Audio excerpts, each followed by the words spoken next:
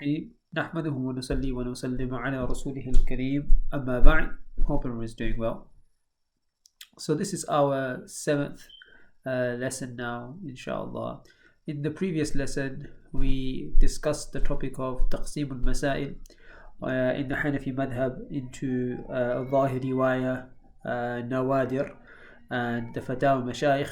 We also mentioned what are these books where you can find the ظاهر رواية, the Nawadir, and the Fatawa Mashayikh, and how this hierarchy works and why the hierarchy is the way it is.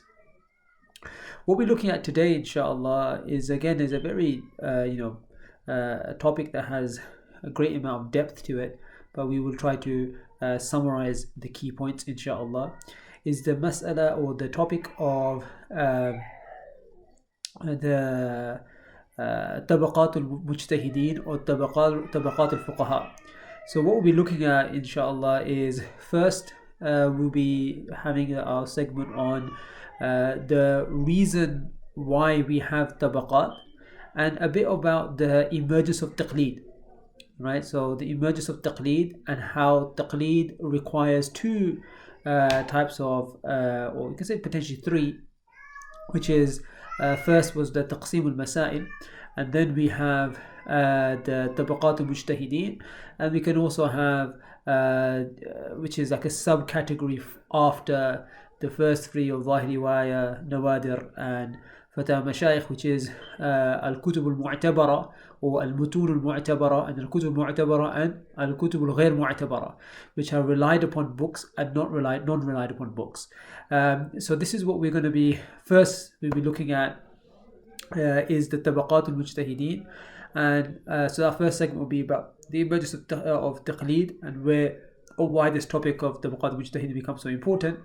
Our second segment, inshallah, will be discussing, or will be reading through the famous taqsim by Ibn Kamal Basha, and then finally in our last segment we'll be looking at the critique on the taqsim of Ibn Kamal Basha by the famous scholar Shihabuddin al-Marjani.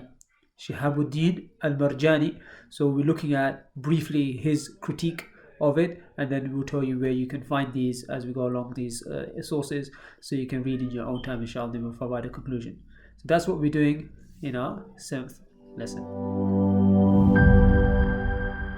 So in this first segment, we're going to be discussing about the emergence of taqleed and why the taqsim al-mujtahideen becomes so important.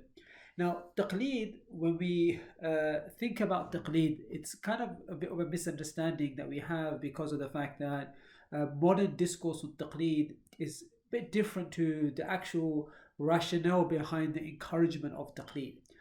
So taqleed, which we will translate as blind following, no harm in translating such, right? Blind following, where you follow a person's opinion without knowing the evidence, rather the statement is what makes it a hujjah, right? So for example, if I take someone as my imam, then what they tell me is an evidence. It's not I'm not obliged to know the evidence, right? So that's what taqleed is. Modern debates on taqleed had the discussion revolves around the layperson. So what is the relationship with the layperson with the madhab? Right, so does a layperson do taqleed of the Hanafi madhab or the Maliki madhab, or taqleed of anything, or any person for that matter, or must they follow evidence? So that's the current debate of taqleed. So you have one camp which was very heavily supported by those who attribute themselves to the Salafiyya. The Salafis, even though now have various factions and opinions on this, but what was famously pushed amongst Salafis in the West, at least, and amongst the lay public, was that you need to refer back to the Quran and Sunnah and compare what you found from your ustad or from the madhabs that you learn in accordance with the Quran and Sunnah, and follow that. Taqleed is impermissible, and the more extremes may have said taqleed is some form of shirk, because in essence you're following an opinion, you're casting aside the position of Allah and His Messenger for the position of an imam or a sheikh, and so on and so forth. But historically, the discussion of taqleed was more was more in line of what the scholars are meant to do. So as a mujtahid, as a mufti, and you're giving fatwa, what is your role with the affiliation you have with the madhab? And why were madhab so important, and why was taqleed institutionalized? What does that mean? That why was it binding upon a given scholar that he must do qada, judge, or give fatwa in accordance with the relied upon position of the madhab? Right? So when we say that you had courts, so like famously, there's a very famous paper, a very good paper written by Yusuf Rappaport, might not be famous, but by Yusuf Rappaport, where he talks about the 4-tier qada system in the Mamluk era, and how each qadi was bound to his madhab. So here the qadi is bound to his madhab, so taqleed, which is the fact that you have to give fatwa on what your madhab says, becomes institutionalized. Now, before we talk about the ramifications of that and how that relates to taqseemul mujtahideen, is that the rationale here wasn't so much so. So one rationale, is the fact that the imams that are alive today are not of the caliber of the imams that come in the past. So therefore, who are you to challenge the position of these scholars of the past? So that was like one type of rationale which a lot of people are not really convinced by, because when you read a lot of the works of scholars, you see them like, let's say Imam Tahawi is a Hanafi. You see in many instances Imam Tahawi may take positions outside of what Imam Abu Hanifa and Sahibain have said. So he didn't feel that he was inferior, that he could not challenge their position. And you find other scholars also doing something similar like that throughout the centuries. Now, the more so that has an element, of course, because the further you go away from the prophetic era, we would obviously say there is a decrease in knowledge and piety, etc. So there's a natural reason for one to affiliate with Salaf, people who came before, because we say that time was purer and the time had people more knowledgeable and closer to the time of revelation. And the more distance you come, the more distance you're away from that. So that makes that makes sense. But the more the more necessary reason for the institutionalization of taqleed was the fact that how are we to run a society where each qadi is doing ijtihad? So if you think about it practically speaking, let's say each town has a qadi, right? And when you go to a qadi and you say, this case has happened, what's the ruling? The qadi does ijtihad and says the answer is X. Now this same, or let's say another people who live a few miles away in a different town, they have the exact same case, they go to the qadi, they get a different ruling, right? Or you go to the same qadi a few years later and he's changed his mind. So now he says that is not the ruling is such and such. So this would result in a lot of when we talk about the rule of law. It requires respect and a form of consistency for it to be accepted, right? So, for example, one of the things that you hear, you say, the rule of law. That you say there's institutional discrimination, institutional racism. And how does a person try to prove such a thing? I'm not talking about it's correct or not. I'm just saying, how does a person try to prove such a thing? They would say, a white man was affected by, done this crime and he got this much sentencing. A black man got for the same crime got this sentence. A brown man got this sentence. And you try to provide as much as data as possible. And if you can see discrimination, then you're trying to show that there is a lack of consistency in law. If there's a huge disparity, if there's a small disparity, then people still respect the rule of law. If there's a huge disparity, the fact that I don't know what's going to happen to me when I go to court, then there's a reason for people to move away from the institutions of the state. Right? I don't want to go to the judge because you don't know what's going to happen. It's corrupt, or it's so malleable and flexible that there's no guarantee that I will get my due right. So one of the ways you can mitigate such a problem is to say that each qadi is bound by his madhab.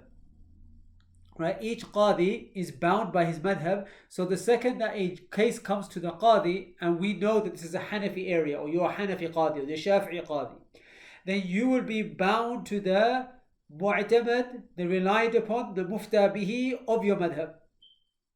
Right? You'll be bound onto the mu'tamad, the mufta bihi madhab. And even muftis, because muftis, even though the distinction between qada and ifta is that the hukm al-qada is mulzim and the hukm al-ifta is ghair mulzim. So when a qadi gives a judgment, that is binding upon the two parties. But when an ifta is given, it's not binding. That's the definition of ifta.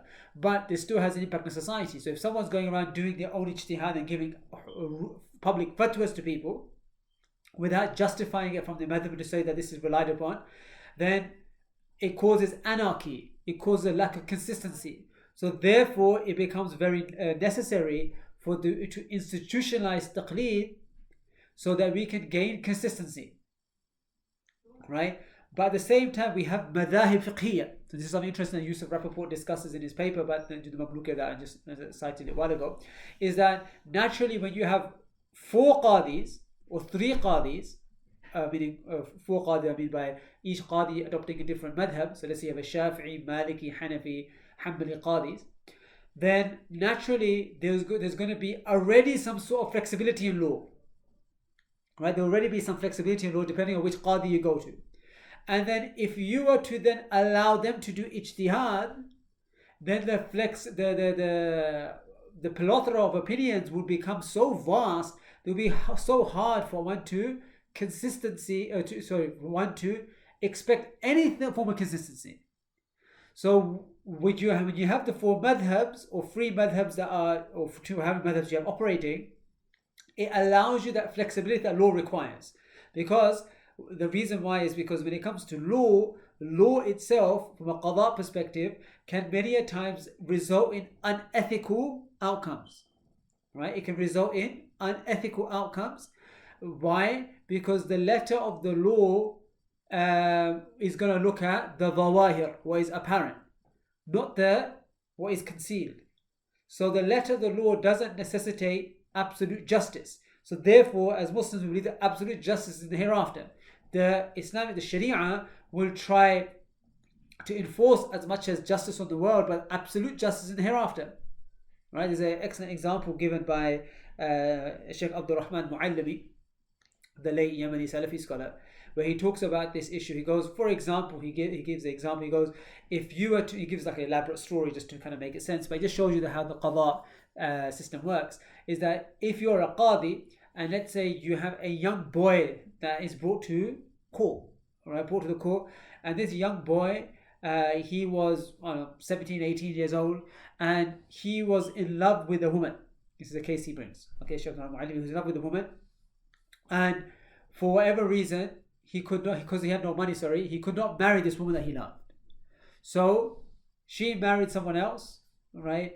And he found whatever little money he could to get together to marry someone else that was poor, on his own level, so very poor. So he married this woman, and they had khalwa. They spent, although they didn't have a sexual relation, but he had khalwa, and then she dies.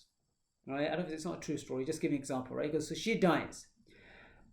Then after she dies, he's mourning her death. He's got no money. His previous ma'shuq, the girl that he loved, she comes to him and offers herself to him.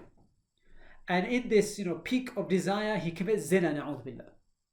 And now he commits zina, for he got caught, he goes to i'tiraf, whatever the case is, he's brought to court. What would be the punishment? The punishment will be rajm, be stoned to death.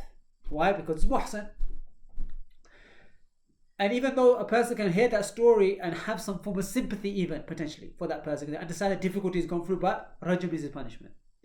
In contrast, he goes that you have a man who has no desire for sexual relations, so spends his whole life without engaging in sexual relations. And at the age of 60, 70, old man now, he goes out of his way just to commit zina for no reason. There's not even a great desire there.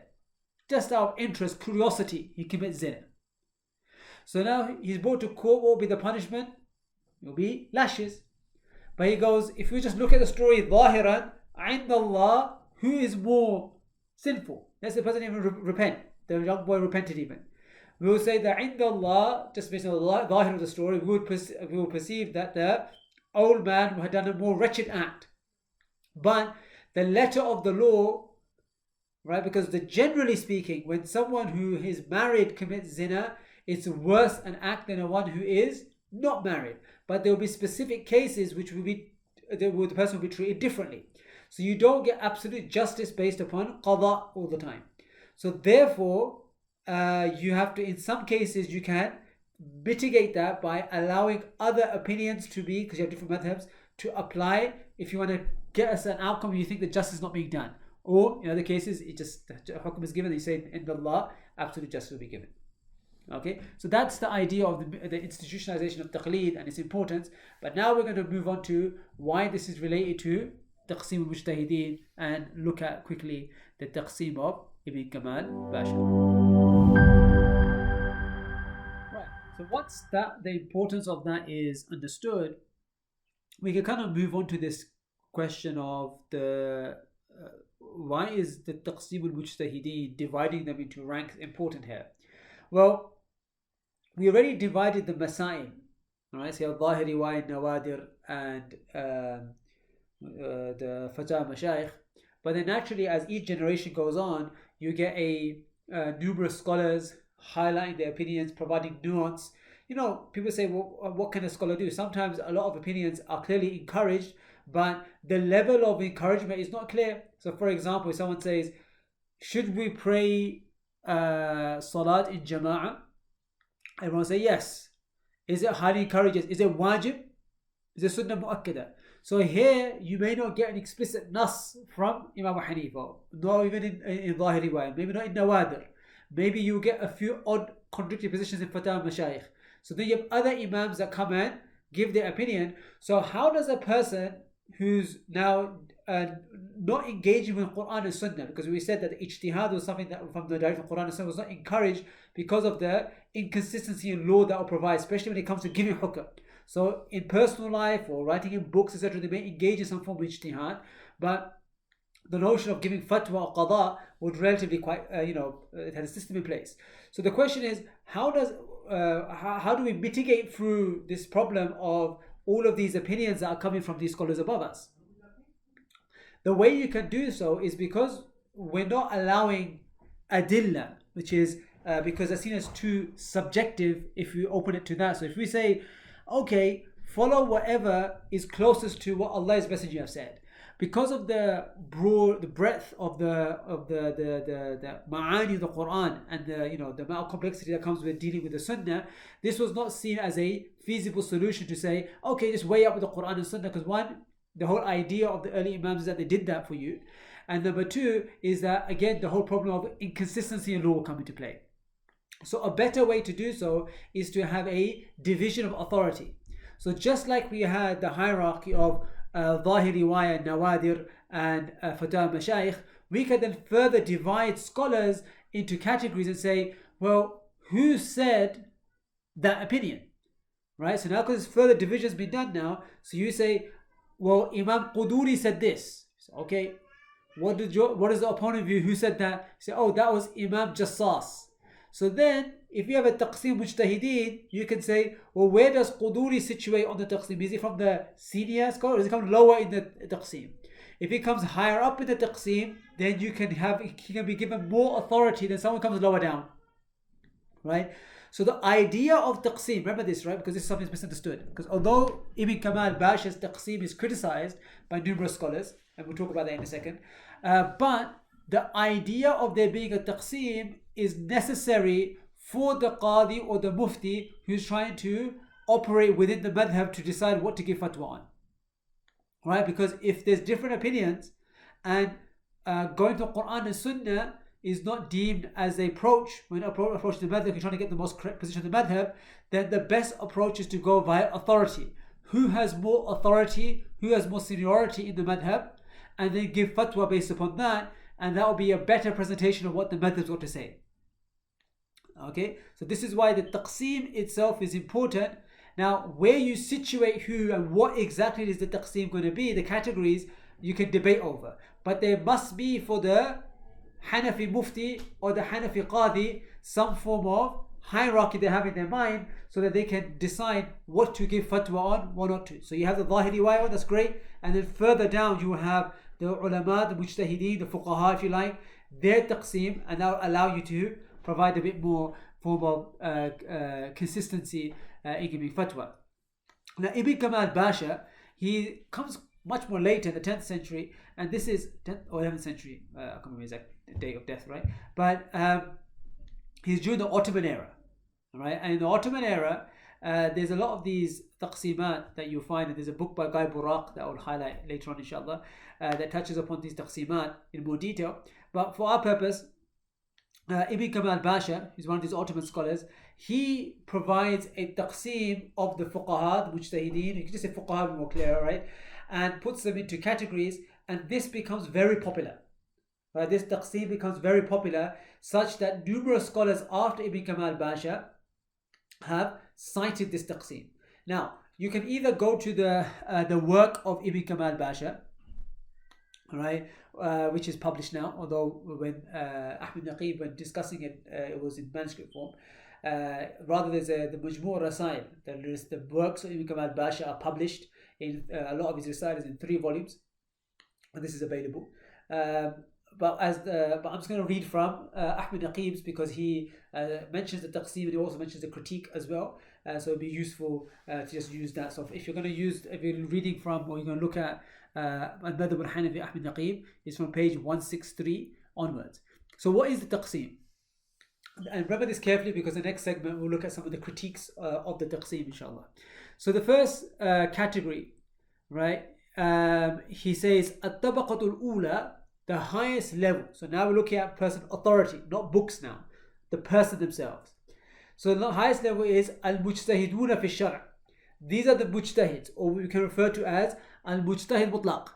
Right? These are scholars that were, Ibn Kamal Basha says, kal a'immat al-arba'a, like the 4 imams, and those who treaded their path in setting up ta'sisu qawa'id al-usul, laying out the foundations of usul, the base principles, واستنباط أحكام الفروع من الأدلة الأربعة, and deriving rules from the 4 evidences. What's the 4 evidences? Quran, Sunnah, Ijma, Qiyas. Right? Based upon those principles. So they lay out certain principles of how to approach the Quran and Sunnah and Ijma, Qiyas, and then they derive ahkam based upon that. من غير التقليد كما الباشا saying من غير التقليد لأحد لا في الفروع ولا في الأصول, without blindly following anyone, whether in furu', in peripherals, or in usul. So in furu' and usul they do ijtihad. That's the first category. The second category, الطبقة الثانية, are مجتهدون في المذهب, the مجتهد المذهب, like Abu Yusuf, Imam Muhammad, and all the companions of Imam Hanifa that are able to derive ahkam from the mentioned evidences in the Quran, Sunnah, Ijma, Qiyas, but based upon the qawa'id laid out by their Imam.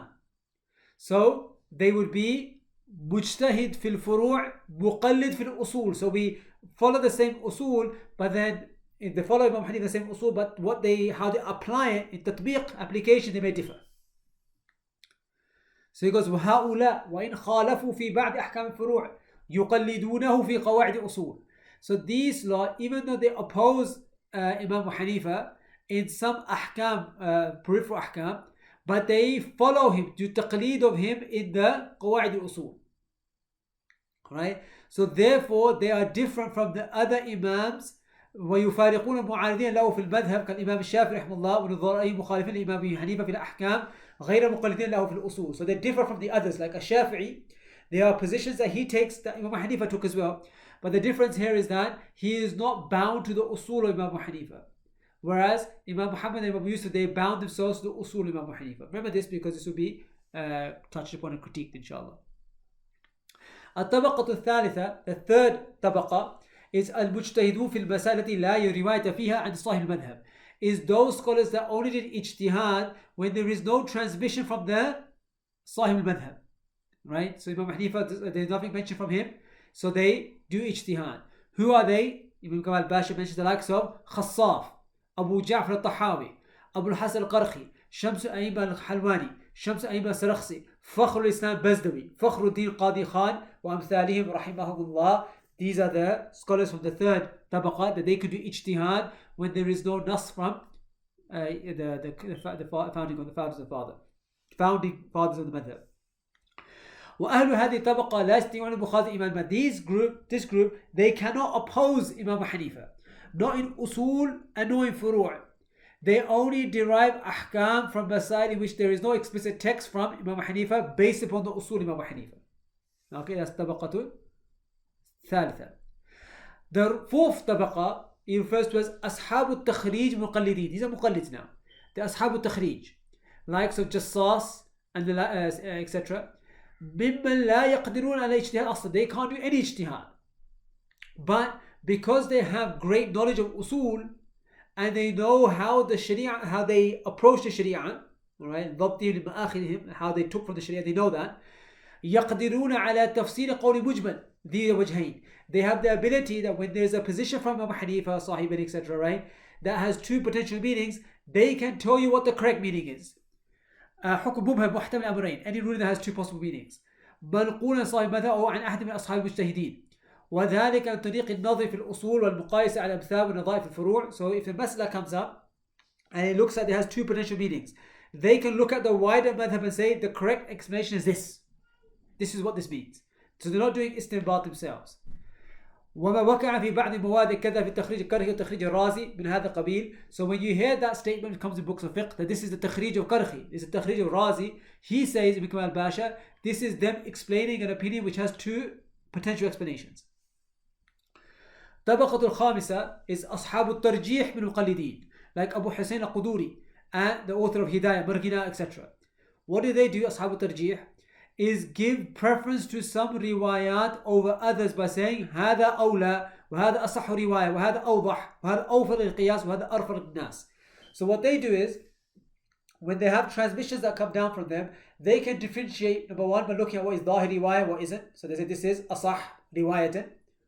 Or when it comes to certain application, they can say this is أوسع, this is more relaxed, this is أولى. Right? This is أرفق, this is easier for people. They can give those kind of judgments. الطبقة السادسة, the sixth طبقة, is المقلدون القادرون على التمييز بين الأقوى والقوي والضعيف وظاهر رواية وظاهر مذهب ورواية نادرة. The sixth one sounds very similar to the fifth one, such one of the critiques, is that these are أصحاب التمييز. So they can distinguish between what is stronger than what is strong, what is weak, what is ظاهر رواية وظاهر مذهب. The distinction between the two, and Allah knows best, seems like the Tabaqatul Khamisa, it comes down to application. So when a ruling has come from the various riwayat have come, when it comes to application, they can do some level of tahqiq and see this makes more sense here. Whereas the sixth tabaqa only does the basic thing of distinguishing between Zahir and Riwayah, what isn't Zahir Riwayah. Right? What is Nawadir, they can do that. Allah knows best, right? But that's what it seems like. And it refers to people such as Hafizuddin al-Nasafi, the author of Kanz al-Daqaiq, and most of the author of Mukhtar al-Fatwa, also al-Ikhtiyar, al-Mahbubi, the author of Wiqaya, Ibn Sa'ati, author of Majma' Anhur, etc. Rahimahumullah. So he goes, their job is just to transmit in their books the various positions. So he goes, so their job is just to stay away from transmitting rejected opinions. In their books, they try to mention what is accepted by what the previous tabaqat have deemed as being accepted. And then the seventh tabaqa are those who are muqallidun, la yakhduna ala ma dhukir. They cannot do what, as we mentioned, they can't distinguish between anything. So basically this seventh category is not actually a category, it's just people that are unable to do anything. Right? So these are actually lay people or scholars who don't know any of this, and their job is that they shouldn't give fatwa. So the last seventh category is actually not a category of fuqaha. These actually people are not fuqaha. Right? So although they call tabaqat mujtahideen or tabaqat al-fuqaha, this last category aren't scholars. Right? Just having a dig at those people. So that's the taqsim Ibn Kamal Basha. In the next segment, we'll mention some of the critiques of it, inshallah. Right. So that's the taqsim of Ibn Kamal Basha, which in general, as I mentioned, the idea of the taqsim itself isn't really much of the problem. It's some of the categories that he's mentioned and some of the people or the examples he gives of scholars under a given category.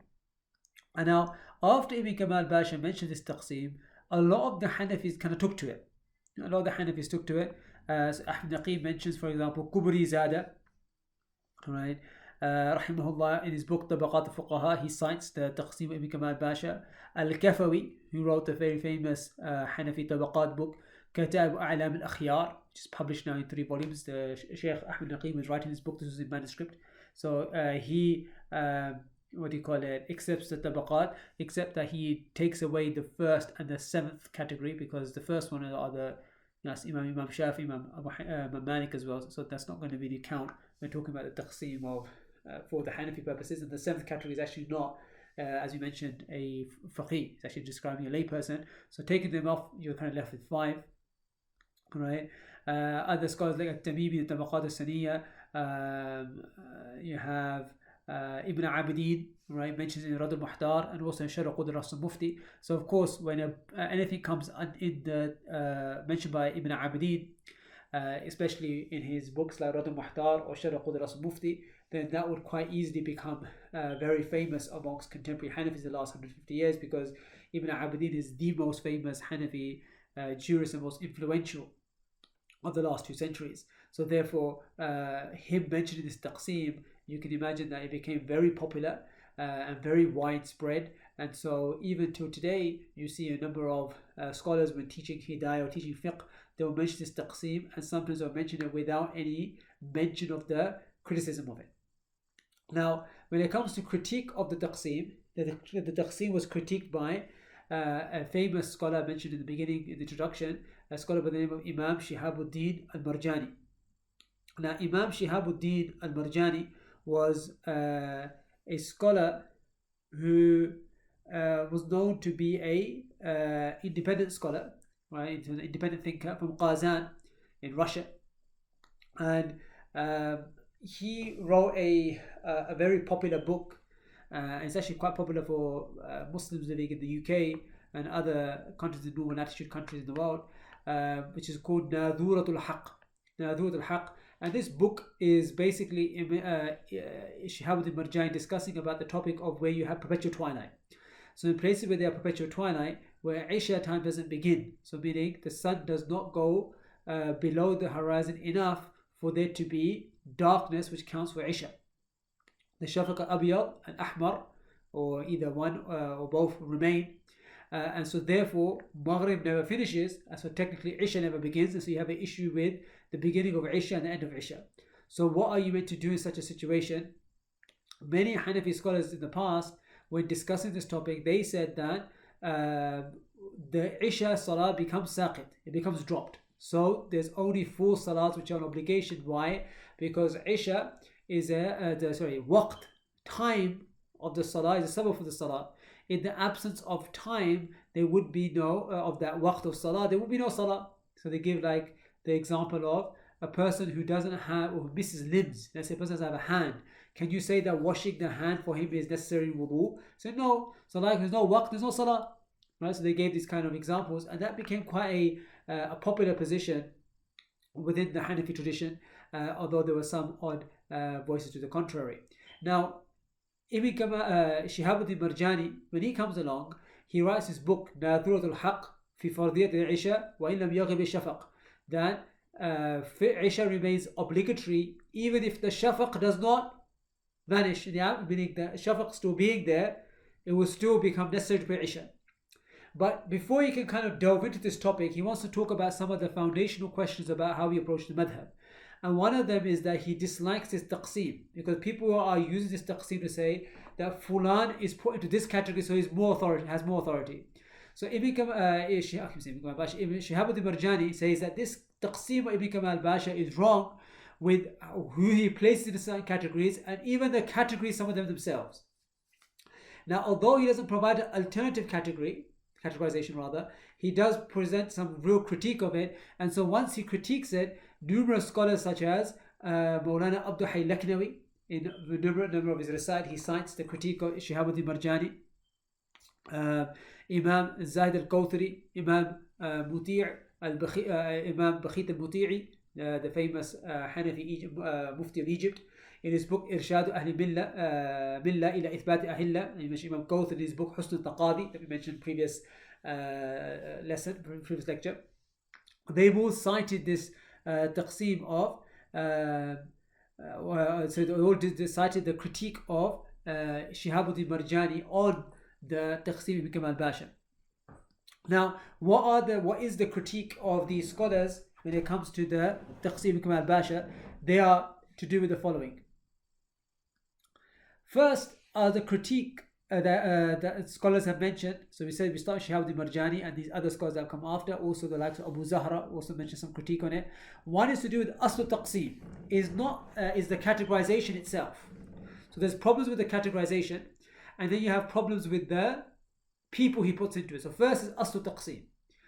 أولا Shaykh Ahmed Naqib says يرى الشيخ أبو زحر رحمه الله أن الطبقة الثانية من طبقات هذا التقسيم إذا كان عبارة أمثال أبي يوسف محمد بن حسن من تلاميذ الإمام حنيفة رحمه الله ولا مصداق لها غيره في رأي أصحاب التقسيم كما هو ظاهر من صنيع وكلامهم، فهي لا وجود لها بين فقهاء المذهب الحنفي لكون هؤلاء من أهل اجتهاد مطلق مع النزول من الطبقة الأولى كما سيأتي لاحقا إن شاء الله، وبالتالي هذه الطبقة بهذه الصورة ساقطة عنده بالتقسيم. And this is a critique not just mentioned by Abu Zahra but Shihabuddin Marjani as well, is that the notion that Imam Abu Hanifa and Sahibain, the relationship they have is that Sahibain do taqleed in usul and ijtihad in furu'.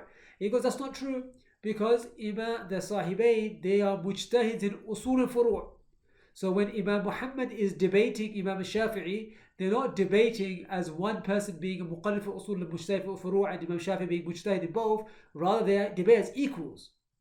So Imam Abu Yusuf and Imam Muhammad must also be considered as being mujtahid mutlaq in the first category. And if the only people he could mention in the second category was Abu Yusuf, Imam Muhammad and Ashab Abu Hanifa, and we should put them in the first category, then that makes that category saqit. A question does come about thereafter, if you do say that, is that then what is the relationship with Sahibain and Abu Hanifa? Meaning, what is that relationship if it's not of taqleed? What makes them Hanafi? This is another question for another day, but that does stem from this. The second criticism is that أن ابن كمال باشا جعل المجتهدين في المسائل التي لا رواية فيها عن صاحب المذهب طبقة الثالثة وأصحاب التخريج طبقة الرابعة، فهؤلاء وأولئك في تقسيم طبقتان مستقلتان تختلف إحداهما عن الأخرى، ما أن أصحاب التخريج هم مجتهدون في المسائل التي لا رواية فيها عن صاحب المذهب كما سبق. Because this second critique, which is also quite important, is that Ashab al-Takhrij, if you remember, Ibn Kamal Basha mentioned them as those people who do ijtihad in which there is no riwayah from Sahib al-Madhab. Sorry, Ashab al-Takhrij, according to Ibn Kamal Basha, are those scholars like Jassas, when there is an opinion from Sahib al-Madhab, and it has two different potentialities to it, they prefer one. But he goes, no. The Ashab al-Takhrij in reality are those where there isn't a mas'ala mentioned from Imam Sahib al-Madhab, so they do takhrij from it, they source it to say that this is, or this they extrapolate from it, saying this is what the position should be. That's Ashab al-Takhrij. Therefore, right, that's Ashab al-Takhrij. Therefore, the third tabaqa and the fourth tabaqa should be one, because Ashab al-Takhrij is the same as the third tabaqa is those who do ijtihad, there's no riwayah in the madhab. Right? When you listen to this, have the taqsim in front of you, so you be able to know what I'm talking about. So that's so he's saying that the explanation of Ashab al-Takhrij is inaccurate. Rather, it's not what he claimed it is. It's rather the same as the third tabaqa. The third criticism is that أنه ذكر في وظيفة مسماه أصحاب التخريج أنهم يقدرون على تفصيل قول مجمل ذي وجهين وحكم مبهم محتمل لأمرين، ثم قال وما وقع في بعض المواد في قول كذا في تخريج كره وتخريج رازي من هذا القبيل وفي هذا الناظم وجهين. So this is what Ibn Kamal Basha mentioned, saying when they say هذا تخريج رازي or تخريج كرخي, what they basically mean was there was an opinion that had two potentialities and Razi chose one. Right? That in itself is not what Ashab al-Takhrij is. Rather, when there is no nas from the Imams al-Madhab, they extrapolate what the ruling should be. That's what this statement means. So this is a critique he mentioned. So what they mention as at the beginning of Ashab al-Takhrij, he says is inaccurate.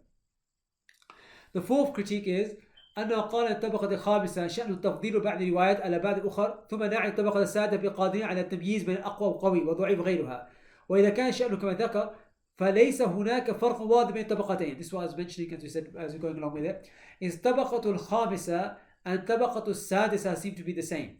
But there's one way to distinguish between them, is the way I explained, is that الطبقة السادسة are doing a basic job of being able to see what is ظاهر رواية and what isn't. And طبقة الخامسة are those that can apply those by using the rules of ifta, such as what is arfaq, awla, asah. So there's like we can maybe explain like that. Allah knows best, but Ibn Kamal Bash doesn't make that clear. So the criticism does stand that there's a lack of clarity on that. So that's what happens to some of the these critiques, a few more regarding the taqsim itself. Then you have the application of it, of who he places where, right? Who he places where, and so here a number of critiques are mentioned, such as some scholars have been mentioned too low in the taqsim, some mentioned too high. One we mentioned already was Sahibain, right? Now you can read that inshallah, right? From Ahmed Naqib, he kind of summarized a lot of these arguments. What I would say, and Allah knows best, what I would say is that it is important that we have an idea of scholars, even if it's not strictly in a strict categorization, but we do know that scholars had different ranks and role in the madhab. And having at least the base skeleton of Ibn Kamal Bash al-Taqsim, which are scholars that did takhrij, scholars that just did just a naql of what they thought was correct, they did not extrapolate. Other scholars that engaged in other debates, other discussions. Others gave fatwa far more vast, they gave far more, had a broader spectrum of their fatwa. So having some sort of base categorization of what Ibn Kamal Bash has mentioned and knowing where scholars roughly fit in him is very important for us to have in mind when dealing with the madhab. So even though there's many problems with the taqsim, but a base taqsim Ibn Kamal Bash is important. So there have been alternative taqsim which have been mentioned by by Ahmed Naqib, like taqsim of Ad-Dahlawi, the taqsim of Abu Zahra, which I also think is a very good taqsim. There's also taqsim based on chronology as well, which is not that much, it's useful but not beneficial for the issue of ifta, right? So the answer to this question of taqsim mujtahideen is yes, Ibn Kamal Bash's base taqsim, the idea is a hierarchy is important. Who places where would require a bit more of a study of the biographies. If you look at the critiques, such as where he places Jassas and where he places Sahibu Hidayah, then scholars have critiqued that. There's been some defenses that Muftaqi Ismail says that even though some scholars may be of higher rank, the way Ibn Kamal Bash defines it based on wadhifa, is the role they took on. So sometimes a person may be of a higher rank, but the role they took on in their books may be that of just doing tasheeh, right? No ijtihad at all. So Allah knows best. But so the taqsim, I would say, you use as a base, and then you work off that, but you don't strictly follow the taqsim of Ibn Kamal Basha because of the problems with it. Especially like some of the confusion that comes in the 5th and 6th, and in the 7th category as well, as actually not being a category. So Allah knows best, but that's something to be aware of. But hierarchy is important, so we must know the ranks of scholars. This is going to be more done rather than having a list in front of you, is that once you engage with the madhab, you will start to see names often mentioning, and you can start to work out yourself whether someone should be given weight or not, by looking at how many times they mentioned in the madhab, and also then you can look at the biographies to see what scholars have said about them. Right, so this allows us to kind of summarize now this lesson 7, which was a discussion of the tabaqat al-fuqaha. So we began by talking about the importance of the institutionalization of taqleed, of why that happened, and to distinguish between the discussion of institutionalization of taqleed and modern debates on taqleed, and why the two are quite different. That's why a lot of the classical critiques of taqleed, the likes of Ibn Qayyim al-Jawziyya in his I'lam Waqi'een, or the scholars like Shawkani, where they write critiques on taqleed, the reality is that they were critiquing the fact that scholars that were so competent, they were still strictly following the madhab. So they didn't like that, so they critiqued, saying, no, you should be trying to follow what is true. So that was the critique on taqleed, and the other scholars defended themselves in what they did. We spoke about the practical necessity for taqleed of having consistency in law. People misunderstood that these scholars, Ibn Qayyim al-Jawziyya or Shawkani, they are basically telling the layperson to go and engage in Quran and Sunnah. That's not what they were talking about. So the current debate on taqleed doesn't really do justice to the actual debate of taqleed and ijtihad that was happening in the past. We did not touch upon the discussion of whether doors of ijtihad are closed or not. There's a very popular paper written by Wail Halaq on this. You just Google it. When do were the gates of ijtihad closed? And you can read his paper. I think it's translated in Arabic as well now. If you want to read about that, but we're not going to touch upon that. Although you can do reading on that. What I would advise you guys to read is Yusuf Rappaport's paper on the Mamluk era and the way that the judge system used to work there. And then we moved on to the Taqsim bi Kamal Bash, which is a very popular Taqsim, but as you saw, it's the Ottoman period, so it's quite a late Taqsim. So before that, there would be a general idea of a division of who's who without there necessarily having a fixed, like a written down hierarchy. So there's an understanding that was there, and I'm saying that it should remain. The scholar who's a faqih in the madhab or dealing with madhab should have much more of a flexible way, the way they approach the madhab and they weigh up opinions rather than kind of like a systematic way, because the madhab doesn't really operate like that. But this taqsim is important, and many scholars praised it, but thereafter there was critiques on it, on the taqsim itself and who he placed where. But that doesn't mean that just because of critique on that, there shouldn't be any taqsim. There's a misunderstanding. And that is one thing where Shihabuddin Marjani, despite him providing great critique of the taqsim, I don't believe he actually provided alternative taqsim. Alternative taqsim would have been useful, at least though that we can have, or more elaborate taqsim would have been more useful, where he kind of puts each scholar into the right category, puts the correct categories, and then we can kind of work off that. Allah knows best. But as I mentioned, this should be much more of a natural process as a person engages with the madhab, rather than a systematic approach, such as like a robotic approach, the way Allah knows best. So we'll stop here for lesson 7. Assalamu alaikum wa rahmatullahi wa barakatuh.